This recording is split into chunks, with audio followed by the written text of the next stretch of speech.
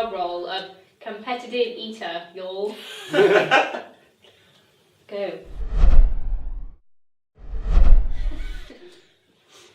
I commune with fish. Don't know where to take that. I commune with fish. Fish can eat a lot. They don't have teeth, they don't have to chew or swallow, they just go, and I can do that too, which is great. I learned it from MacLeod. I have field experience of being a competitive eater. I lived in a family of like 25 people. We were Catholic, so if you didn't eat fast, you just didn't get any food. I ate one of my cousins. I eat anything. I eat edible underwear. Edible underwear made of fish. Edible underwear made of broccoli. It doesn't matter to me. I'll eat anything. I have braces, so my teeth that I don't have are super strong. But I don't have them, like, they're just in a jar. I take them out sometimes so I can pre-chew things with my hand, and then just... Alistair? Oh God. I'm so hungry. I'm so hungry. I haven't eaten since I was diagnosed with bipolar disorder. And the doctor just looked so delicious. And I was like, I want to eat you. So I did. I think I was misdiagnosed.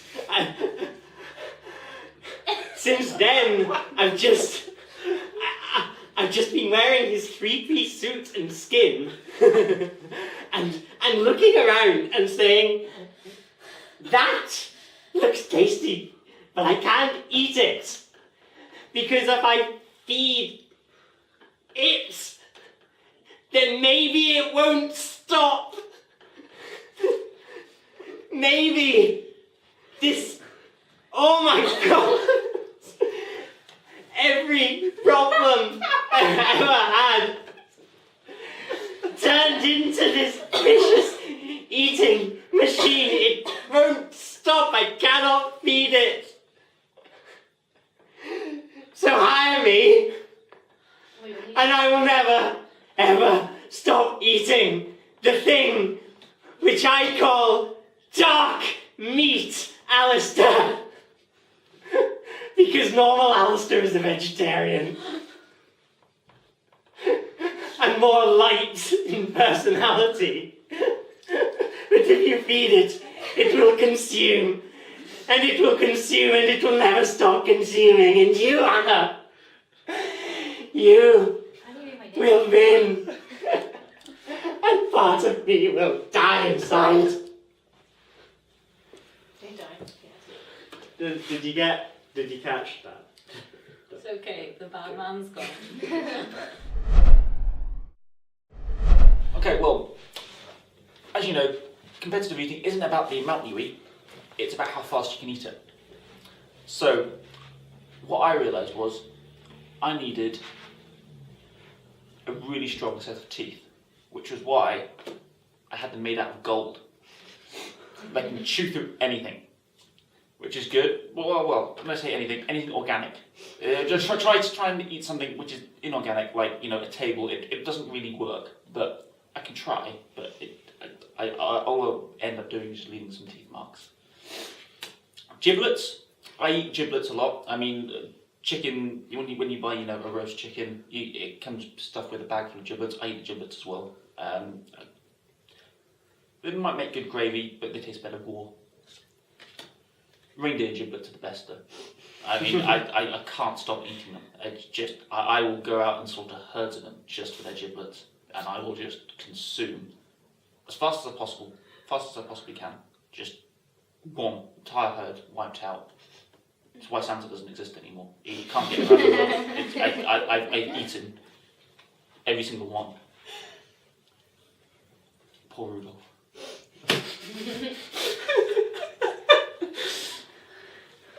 Things are taking a dark turn. Oh, so sad. Join me. We will feed together. Okay. Competitive eating. Right.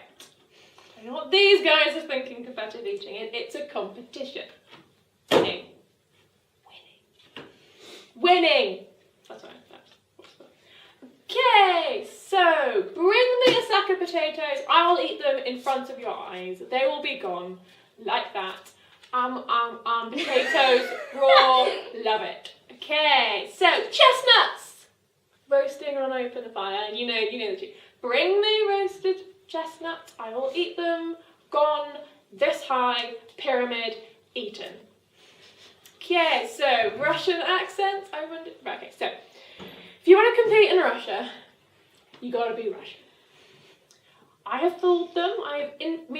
Putin, me, best friends. Okay, so I've got form. Eggs.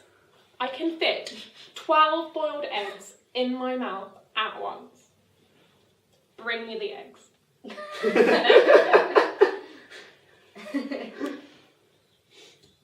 Where are the eggs? You want a competitive eater. You want someone who's gonna be a fitting representative. Because these days the world of competitive eating isn't what it used to be. It's lovely to think about how it used to be. Just some kid on a farm somewhere really wants to make his or her name and finds their way to the big city and makes their name by starting off small with soup or a salad, and then moves on and gets bigger and better and starts eating things like cakes and carb heavy products, and then eventually they work their way up through the ranks, through all the American diners across many nations, because it turns out American diners are across many nations. There's kind of a trend now, I guess, and finally gets their way to hot dog eating championships and pie eating championships, the big leagues of competitive eating. But it's not that way anymore. It'd be lovely to think that it was, but it's not. Nowadays, it's all about sponsorship. It's all about making sure that the brand on your t-shirt is the brand that gets to the finals. It's all about televised events. It's all about making sure that that screen time is there and that commercial interest is protected, which is why you want someone like me. Because I'm part of a chain gang. And that means that wherever I go, the rest of my gang goes with me.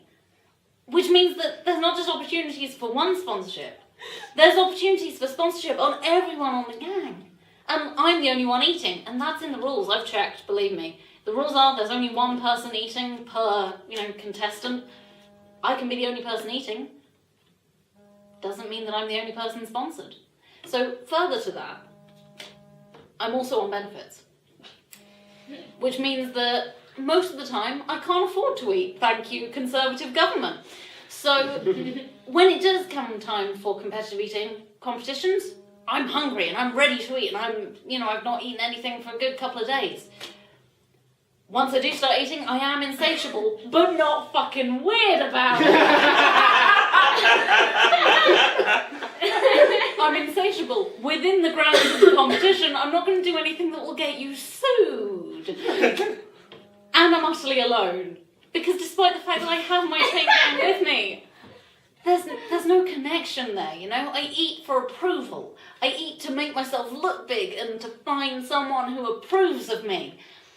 And, that means that with myself and my chain gang, you're going to have the one thing that competitive eating has lacked. You're going to have a story to sell people. It's not just, the little kid from the farm grew up. It's, look how this person has grown, both physically and mentally, within the confines of this challenge.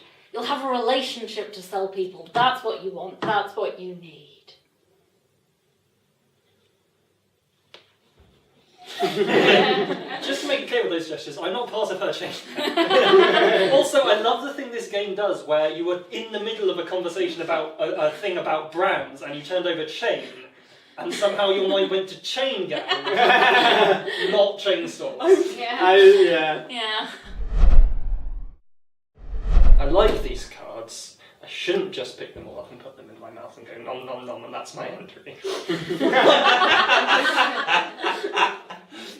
I do like using them as props, but I want to be able to use this game for many years to I have come. a fear about getting hepatitis. If you could not do that, that'd be great.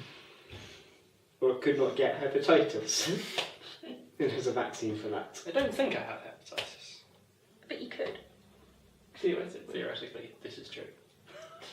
And on that note...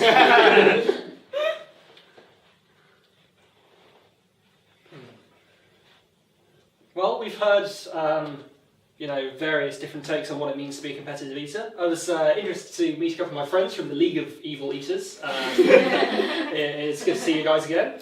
Doing well there, Ali. Yeah. I think there's something unique that I can bring to the world of competitive eating, and it is fairy dust. I just sprinkle the fairy dust on it, and it becomes magically easy to eat, and I just shovel it down and win competitions. And some people say that's cheating, and I say, did you see the sign above my door saying League of Evil Eaters? And then they shut up, and end of conversation. I also have the ability to read minds, which is quite handy, because whenever the other contestants are like, oh right, I'm going to start eating now, I can be like, aha, he's going to start eating now, I need to beat him, and go faster, and that comes in very useful. Also, it comes in quite handy for being evil and world domination, which is the other part of the League of Evil Eaters. So it's quite handy to have the skill that works in both areas. I bring my own nutcracker. Don't need to use, you get some very shoddy ones provided with these competitions that can really set you back if you're spending precious seconds on cracking nuts. I bring my own nutcracker. You won't even have to pay for one. I've got my own ready. It's good. And I've been genetically engineered to eat a lot because, as mentioned before, I'm evil. I'm not actually the original Michael Penny. There's a common mistake, I am actually Michael Penny's monster. I was genetically engineered to be able to eat a large amount, and then sadly he passed away when I ate him. But I've taken over his place in the League of the Evil Eaters, and I can't even speak, but I can eat, and that's what you want. You don't want somebody who can speak, because if I'm speaking then I'm not eating, and if I'm not eating then I'm not winning competitions, which I will do, evilly. That explains so much. Okay, so there seems to be just this dark void, really. Yeah, it's just in this corner. Yeah. Something's going on over there. I think it's your bookshelf there, maybe. Looming. And then, just remind me of your cards again. I can't see yours. Isn't there? Braces, edible underwear, field experience, and communes with fish. Yeah, okay. Even you look... I'd forgotten what they were. I remember pants of different Broccoli flavours. pants. Broccoli Broccoli pants. pants. Yeah. I liked broccoli pants. They sound delicious, I may make them. Broccoli, yeah, broccoli? Not broccoli. They might be a little bit Broccoli broccoli. Broccoli pants. And then dark void. And then it was kind of like an epiphany. I kind of had like a story. I think it took you about a minute before you picked up your first card. I was wondering. I don't remember what happened. I was stalling for time. I was wondering why. I think you were just really getting into it. A lot. You really want to be a competitive eater, so I'll just let you be one. Yay! I wish that's how all job interviews work. Right,